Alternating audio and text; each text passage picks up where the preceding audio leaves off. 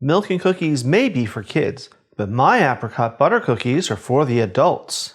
Easy to make, even for non-bakers like me. I'll show you how these little cookies are the perfect ending for your celebration meal.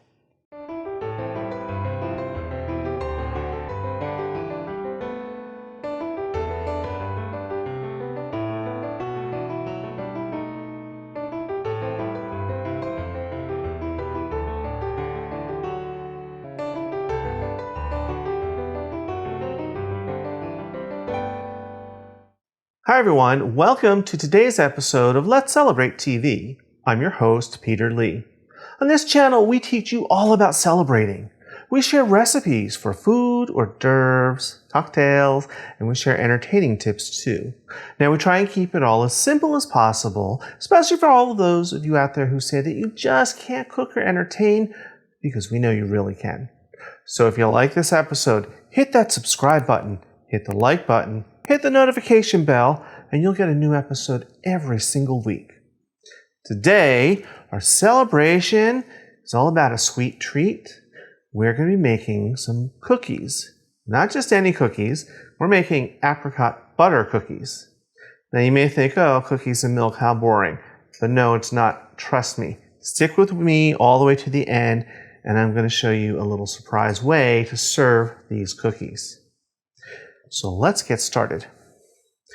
I have my good old faithful stand mixer out today.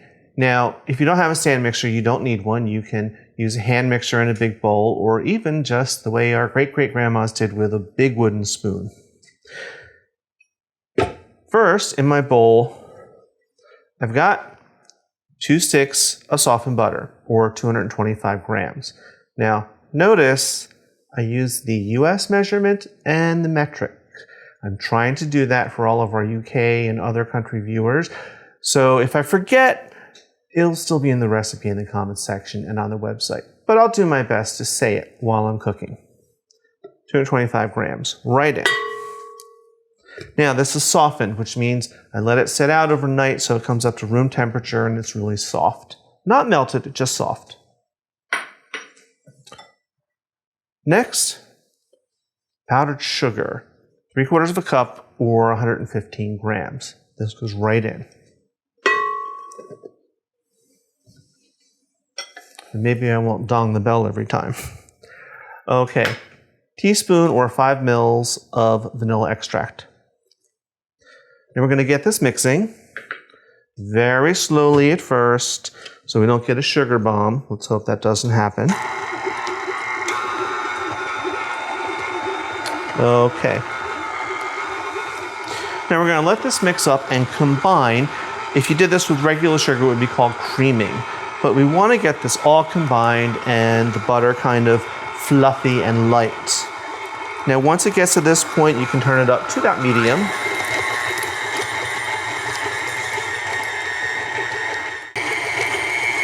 All right. That's pretty easy so far. Now we need to add in our flour. I have all-purpose flour, 1 1/2 cups, which is 193 grams. So we're going to add this a little bit at a time. Again, I don't want a great big flour cloud coming up. So we'll just do this slowly to mix it in.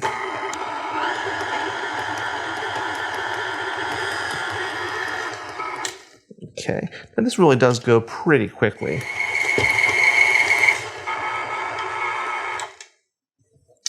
All right, our dough has come together, and this would make a great cookie just as is.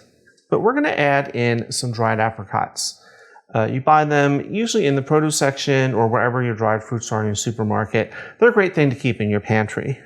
So I have some here that I diced into little small dices. It's 1/4 cup or about 35 grams. Right in, and we just need to mix this up just until these combine. Now, I always keep a spatula. You might need to scrape your bowl down a little bit. And that will just help everything mix together.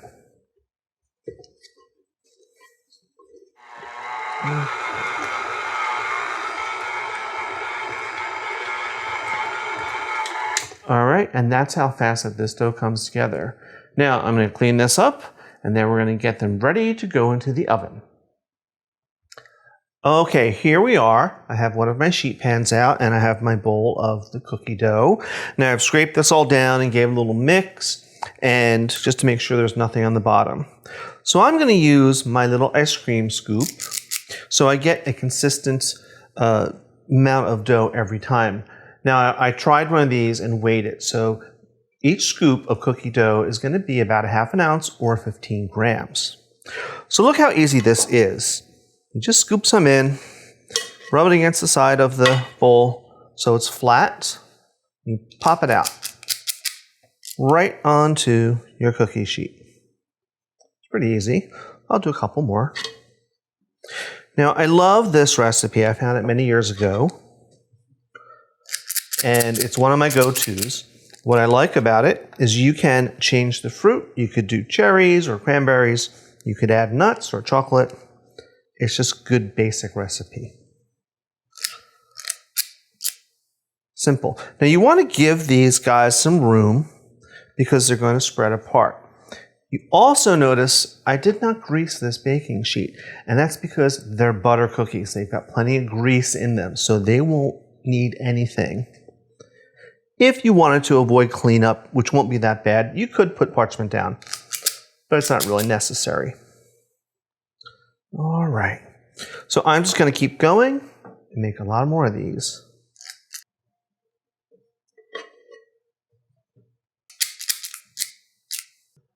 Okay, I have my first tray done, so I'm going to pop this into an oven. Now, my oven is heated to 350 degrees Fahrenheit or 177 Celsius. These are going to cook for 8 to 12 minutes. They're going to spread out a bit, and you want the edges to be golden brown. So this is going off to the oven. Okay, we're out of the oven, and these cookies took 12 minutes to bake, and then I let them cool for exactly 1 minute, and then I moved them to some cooling racks. Now this recipe made 36 cookies today. I have just a few here. So here we are. Let's give it a little taste. You know, this is one of my go-to recipes, so I'm going to do this like I would normally serve them. Stay right there. We're going to make a little ice cream sandwich. Look how easy. Take a cookie on your plate. I'm using some nice vanilla ice cream, nice and clean. You can use whatever flavor you like, but this won't compete with the sweetness of the cookies. Another cookie on top. Gently smoosh it down a little bit. Look at that. Now here's a great tip. You can make these all the night before, pop them in the freezer overnight, and then take them out maybe about 10 minutes before you want to serve them so the ice cream softens up a little bit. Now, let's have the real tasting.